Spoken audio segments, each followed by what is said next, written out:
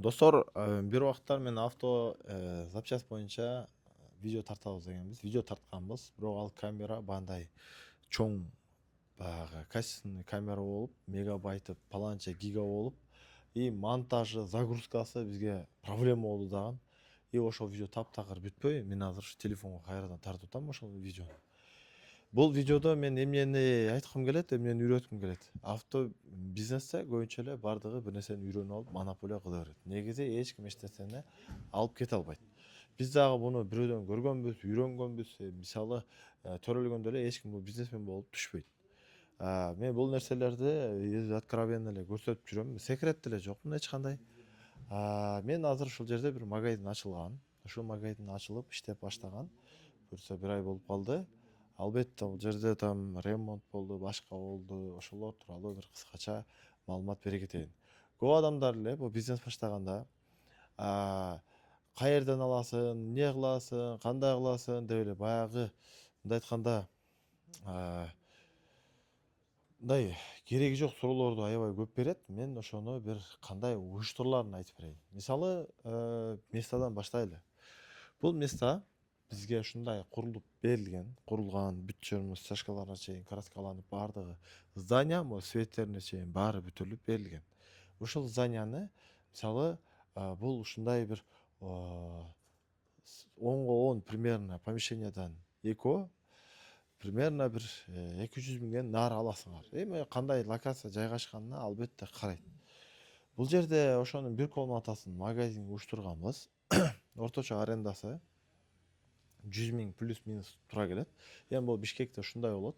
Ал эми башка региондордо ар түрдүү болуп калышы мүмкүн. Жайгашкан жерине, условиясына, жана 10 миңден баштап региондордо 30 миңге чейин болуп калышы мүмкүн. Эми ар түрдүү. Негизи местаны өзүңөргө жаккан локация табасыңар. Места кандай болуш керек? Места мисалы жарыктандыруусу биринчиден, электроникалары, же болбосо суусу, же болбосо мындай кирип аткан эшиги, адам отуруп турган жери, айнектери баардыгы мындай өзүнүн эмне деп коет, авто запчастька дал келиши шарт. Эмне үчүн? Себеби авто запчасть менен иштегениңиздерде бул сфера өзүнө жараша бир коопсуздук жагы бар. Мисалы, бул жерде алып эле местаны камера коесуз, пожарный система коесуз. Себеби эмнеге десе, машина бул деген баалуу нерсе, бирөөнүн аманаты, места дагы. Ошон үчүн өзүңүздүн коопсуздугуңуз үчүн сигнализация, пожарный камера аларга көп акча кетпейт. 200 миңдей акча кетет, бирок өзүңүздүн коопсуздугуңуз.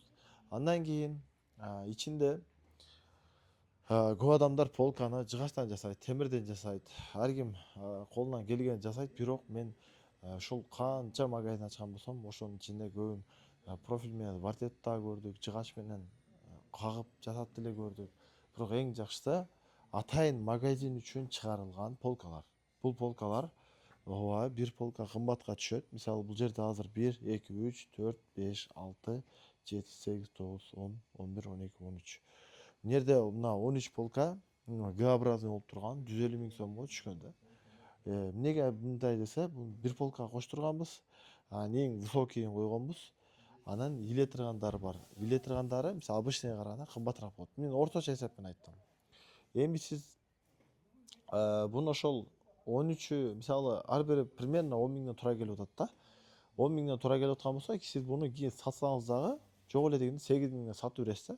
Ал эми сиз жыгачтан, темирден, вартеп жасаган болсоңуз, ал эч нерсеге жарабайт. Анга дагы акча кетет.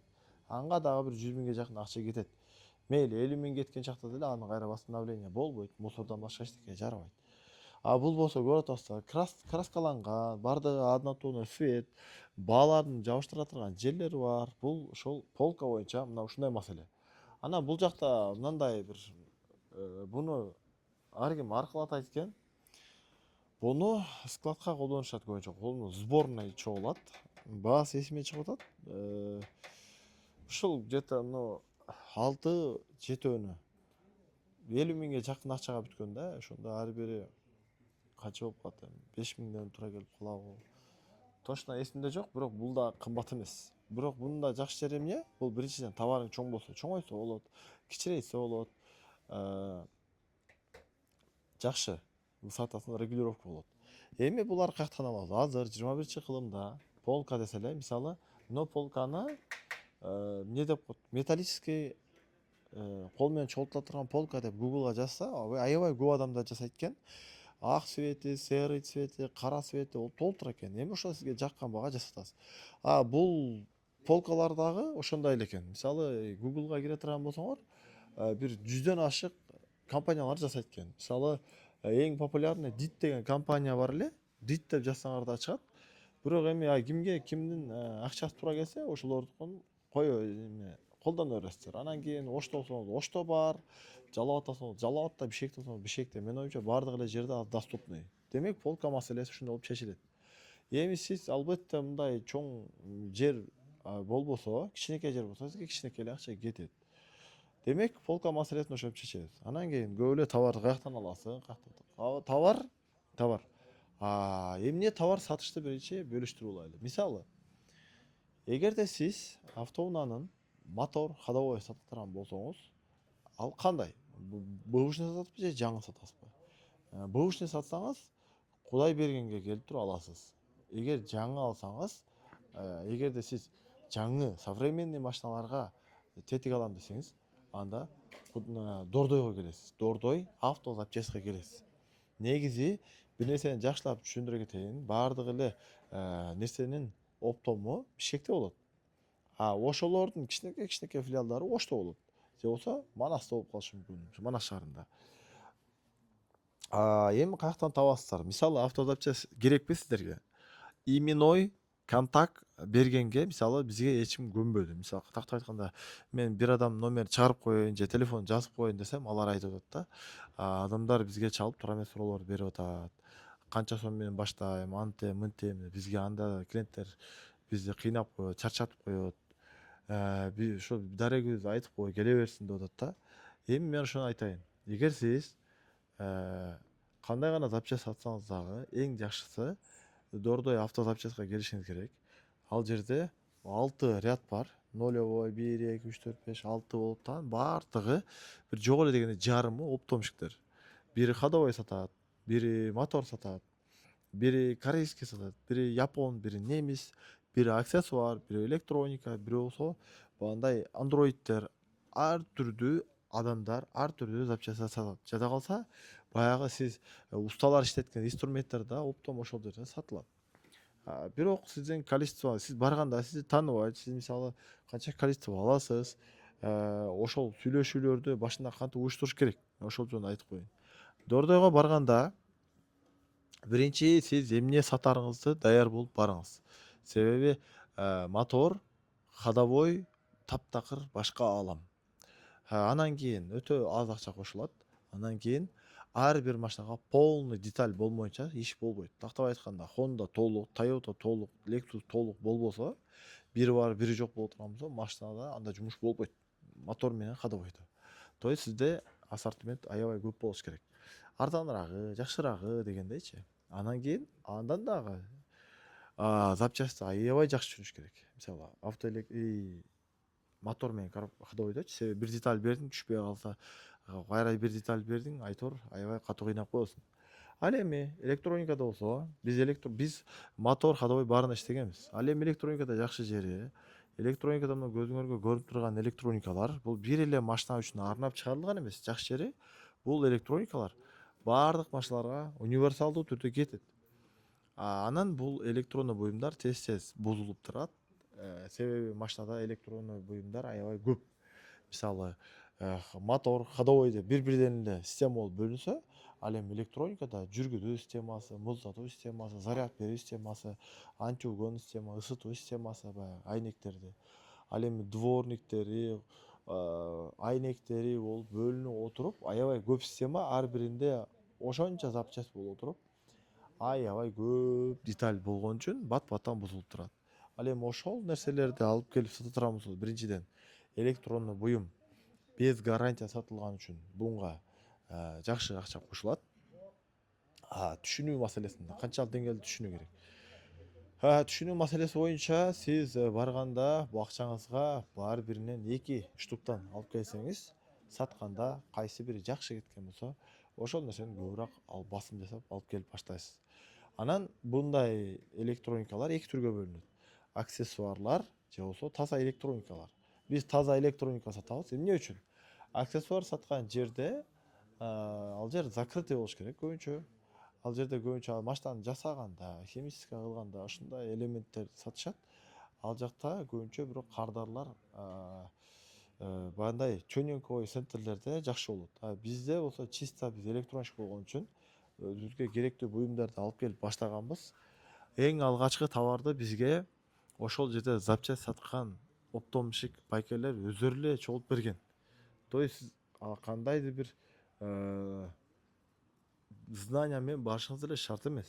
Болгон ситуацияңызды, кайсыл жерде сатып атканыңызды так даана түшүндүрүп айтсаңыз, бул нерсени оңой эле баштасаңар болот. Андан кийин сиз бардыңыз, азыр Дордойдон таптыңыз, сүйлөштүңүз, сизге салып бере турган болот алар. Себеби каждый запчастька келиш шарт эмес. Заказ кылганда доставкадан салып жиберет. И ошондо алып жүрүп сиз запчастьти баштагандан кийин дагы и башка маселелер жаралат. Кандай? Биринчиден, азыр бул жерде местаны куруп, полканы коюп, запчастьти бир сыйра алып келип жайып койгондон кийин и ал нерсени сатыш керек да эми. Уже мындай айтканда, как продуктовый магазинди элестете турабыз.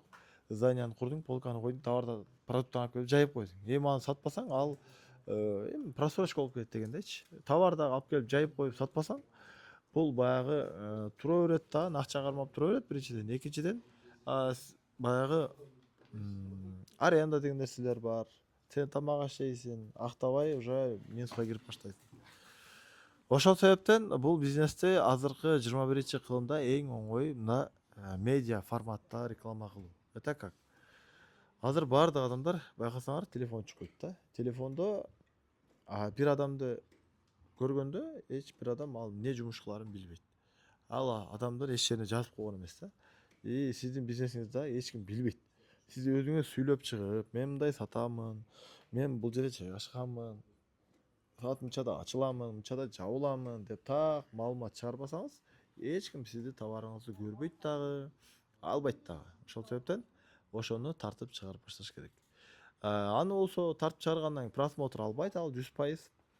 Потому что Instagram платформасы ушундай. Сиз күндө байма-бай киргизип турсаңыз жакшы просмотр алат. Ал эми киргизбей жаңы ачкан болсоңуз, ал кандайдыр бир убакыттан кийин күндө видео жүктөгөнүңүздөн кийин анан алгоритм өзү сизди башка адамдарга сунуштап баштайт. Эмне алабыз?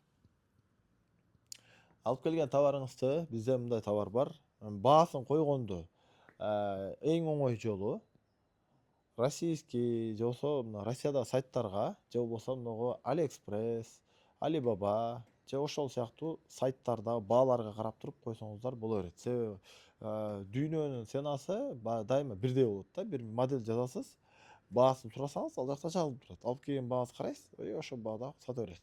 Албетте регионго жараша баасы өзгөрөт. Анан сапатына жараша да. Сапат начар сапатты алып келип алып, кымбат сапаттын баасын да алып сата албайсыз. Ал туура келбейт таптакыр.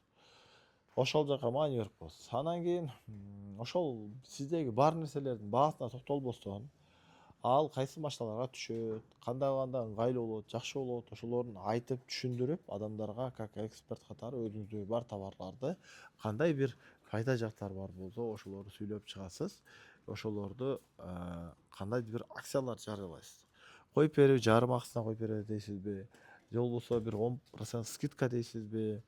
Же болбосо биз түнкү саат 10го чейин иштейт. Эми адамдарга кандайдыр бир пайдалуу бир акция уюштурасыз, арзандатуу уюштурасыз, өзүңүзгө калчурдай кылып. И ошентип эң алгачкы реклама башталат. Эгерде ошондо да просмотр болбосо, анда азыр таргет деген нерсе бар. Таргет $3, $10, бир жумага, 10 күнгө, 3 күнгө деп кетирет. Ошол таргет дагы аябай жакшы.